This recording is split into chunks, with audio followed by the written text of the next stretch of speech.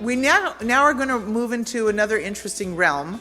But before we do, speaking of prizes, we want to have a prize that our next panelists will help us pull through.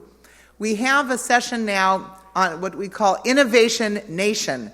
And Israel is known for many things. Of course, there's been a book written of Startup Nation telling the stories of great entrepreneurs and what they've become. But really, the story continues in such a broad way. And the story talks to us deeply about what causes you to wake up in the morning and say, I have an idea, and then bring that idea to fruition, which is no easy task, because all of us sit around at dinners and lunches and coffees, and we say, if I were to run that company, this is how I would have run it.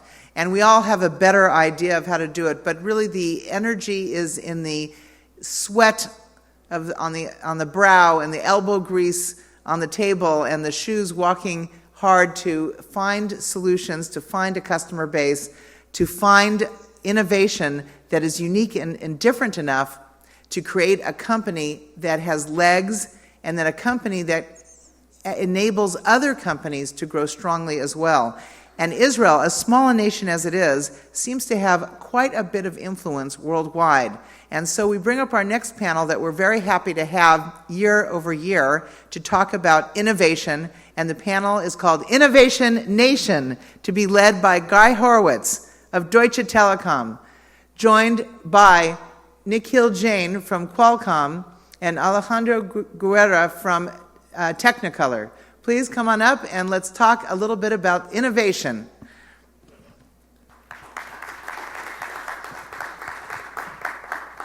Good morning. So too early. Yeah. It is early. It is early. So, but we'll have some fun and learn together. Brilliant. Morning, everyone. Let's try to wake up a little bit. And thanks for this great presentation about how not to do things. I'll try to implement some of that. Unfortunately, I am an Israeli. Well, fortunately, I'm an Israeli. Unfortunately, I cannot get rid of some of those weird practices, like saying things to the face. And we're going to be talking, hopefully, very openly about what it means as an international company, as an international investor, to do business in Israel, the good, the bad, and what we can do about it. So without further ado, I'd like each of our panelists to present themselves. I'll just mention that I'm Guy Horowitz. I'm with a fund called Deutsche Telekom Capital Partners. Our investors are a global company called Deutsche Telekom. It's based out of Germany. I'll tell you a bit more about Deutsche Telekom Capital Partners, mostly because people asked yesterday. So I decided to change my plans and present something about us. But we'll do that in a second. I'd like each of the panelists to please say, name, title, what do you do for your company. You'll get a chance to present the company in more details later. Let's start with that. Please, Nikhil. So my name is Nikhil Jain. I work at Qualcomm, have been there for almost 18 years. I'm responsible, my title is Vice President for Wearables, and I'm responsible for all the chips that Qualcomm makes that go into wearable products. So watches, headsets, 3D glasses, everything.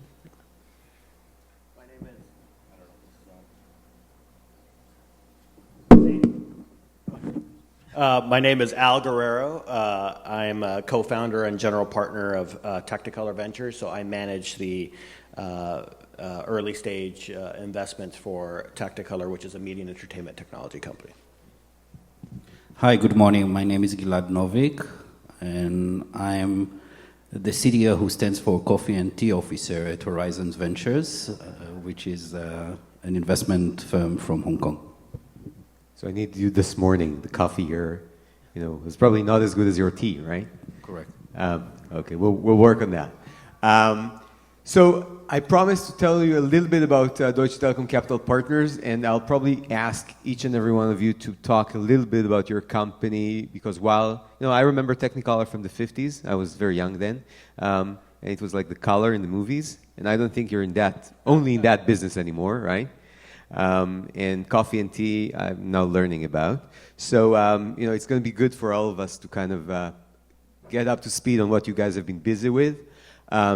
If we have my deck on, Deutsche Telekom is a global telecommunication and services provider, about 80-something billion in market cap, 150 countries.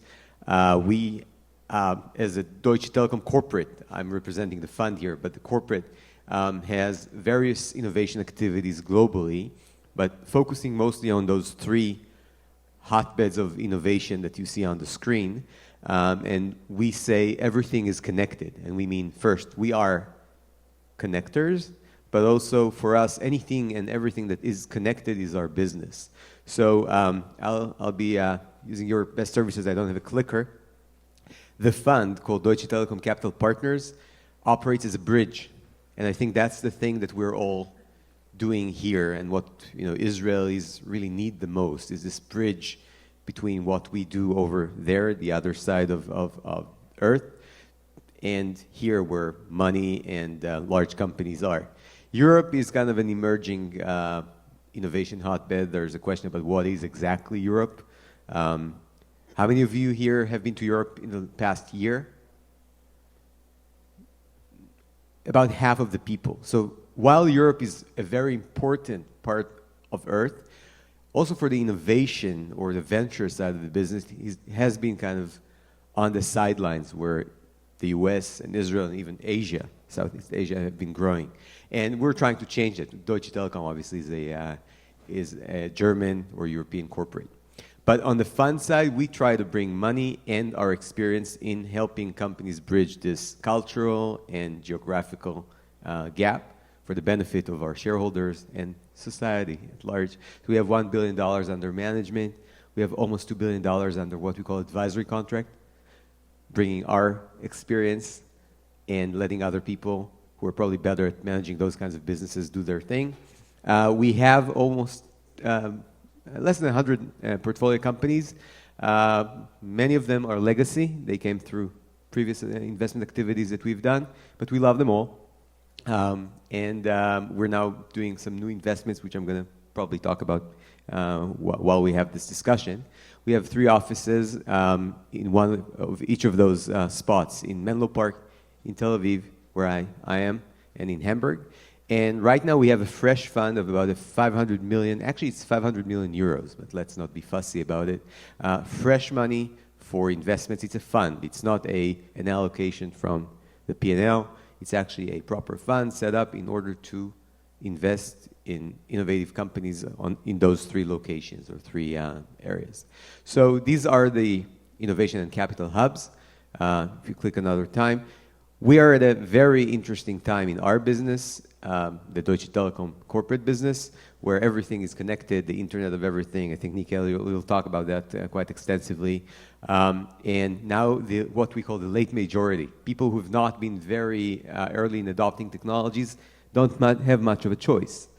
And at this point in time, making those technologies available and accessible and convenient for those billions of people is very important.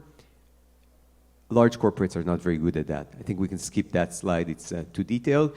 But this is the time where billions, tens of billions, now hundreds of billions of devices are going to be somehow connected to the network, to each other, to us, and with us. And that's what we've been focusing on. Luckily, that's also what Israeli innovators have been focusing on for the past few years. So if you put another click, Israel, statistically speaking, Israel is where innovation happens. So we can go through we're number 1 at this and number 2 at that.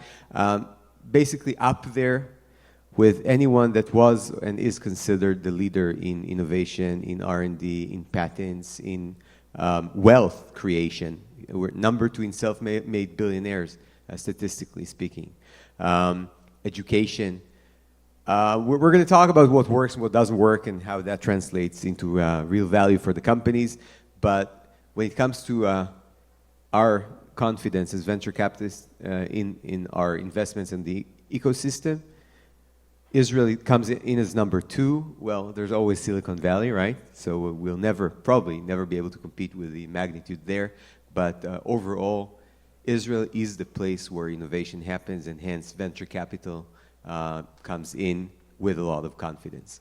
Next click, just to give you an idea. Large corporates, like the 4 represented on this stage, have been actively investing, acquiring, and operating in Israel. We've been missing the Asian side of the equation for many years, but through the work of Gilad and others, we've actually managed to bring those guys from China, from Japan, from Hong Kong, from Singapore, and more countries into Israel in the form of R&D centers, investment arms, and scouting activities. And I think the largest acquisition to date is Rakuten, the Japanese firm acquiring Viber, which is, if you're not familiar with Viber, we'll talk about that later, for $900 million, which to date is the biggest acquisition of a young startup in Israel.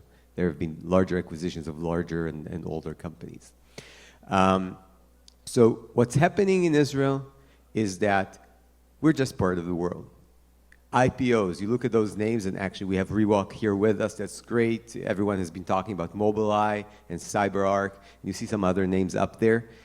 While the IPO window is open and is open, Israel gets its fair share and actually more than that. 2.1 billion in 2014. And funding breaks records. Actually, we can skip the detail here, but because we're going to get it in a couple of slides in a more easy to read manner. And 2015 is where everything kind of falls into place in an amazing manner. So that's the first half of 2015 is the strongest half year for M&A activity.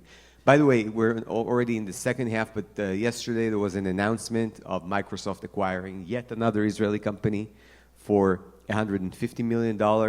And they already spent billions in Israel in the last few years. Unfortunately, we don't have Microsoft on stage here, but that's just, it goes to show. These guys have decided, in that case it's cybersecurity, to put all their cybersecurity activities, strategy to execution in Israel. Never happened before for any company. Maybe you'll tell us differently. So one last click, that's I was referring to. This first quarter of 2015 was indicative of what's going to happen. It's just growing. Every quarter in 2015 has been bigger than the previous one, and we're looking at a record year. How long will that last? What's going to happen in the markets? What's going to happen in Israel? We don't know, but I think the indication is very, very strong. One last click before the visual. We talk a lot about exits in Israel. Some people say or think it's unfortunate. We should grow larger companies. We should have, strong technology players who acquire and become, the 800-pound gorillas rather than get acquired. But it's very hard to resist. When Google or Rakuten, as I mentioned, or IBM, or anyone on that list. By the way, Deutsche Telekom is also there with a small acquisition. Comes forth and wants to buy your company. It's very hard to resist. And we're going to talk a little bit about the psyche of selling versus staying and growing. But I think we are having the first indication of change. Israeli companies acquiring, becoming stronger on the internet side, on the semiconductor side. We will all see more Israeli checkpoints. I mean, Checkpoint has always been the example for that Israeli company that grew to great known. We're going to see more of that. So with that, and the last one is, I think you made a comment about the Sabra, right? This concept of the Israeli being sharp on the edges and potentially, hard to touch or hard to deal with, but very sweet from the inside. I would like to start us off, and I know each of you has got something to show as a deck or a video, but I wanted to start with a question first. Is this still true? I mean, do we still believe that Israelis are, sharp on the outside and sweet on the inside, or is this just a generalization which, from your experience, having worked with Israelis, having looked at Israeli innovation, Israelis are well-dressed and actually could be very mean in the inside, or just, not playing the global game like anyone else is? Or are we still very proud of this image? Nikhil. So I come from a state in India that has a lot of cacti. And cacti to us is a beautiful thing. I actually think the important part of this picture is, I think all the other stuff besides the thorn. And every one of us has our uniqueness, but that's what makes us strong. And I think the part that comes out when you work with people in Israel is that the truth comes out very quickly. And that's hugely valuable when you're investing your own money. Any other comments about? I mean, first I would just caveat that I'm not based in Israel, so my interactions are probably a little more superficial. But I actually think it's a great compliment, because I think that's one of the keys to being successful, is being very assertive and pushing forward when everyone is saying that you can't succeed. And so I don't know if the individual's here today, but yesterday I was doing the dating sessions with all the different startups, and one of them finished and there was a minute left, and there was a guy just kind of hovering around, and he kind of sneaked in and did a 1-minute pitch, and I gave him so much credit, because I think that's great. But I think that's the type of assertiveness that I've seen, and that I actually think is a positive attribute. Right. Gilad, are we proud of this picture? Yes, I think so, yes, in a way. Although I think people adapt to Israelis those days much more than they used to in the past. And I think a good example is to see how many Asian investors actually entering the Israeli market and dealing with Israelis on a day-to-day basis very easily. So in the past it was a big difference of cultures between Chinese or other Asian investors and Israelis entrepreneurs. And today I think you see a lot of work done between the two.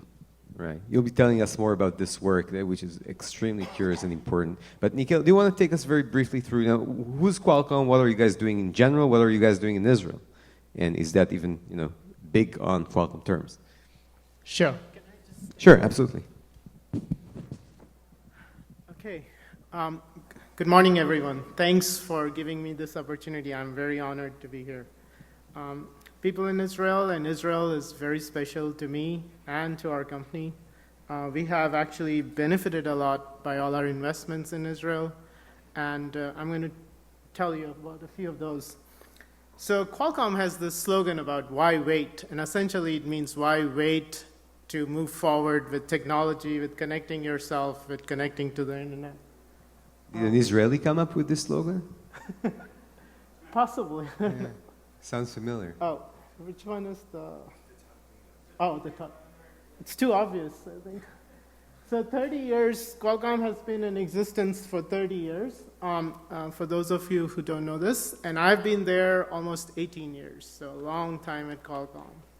And I think Qualcomm has, if you count the folks in Qualcomm, a majority of them are either from India or Israel, a lot of people from Israel. And I think we have really, over the days, inside Qualcomm, developed this unique culture that's sort of very open to these kinds of things. We are number one in semiconductors, and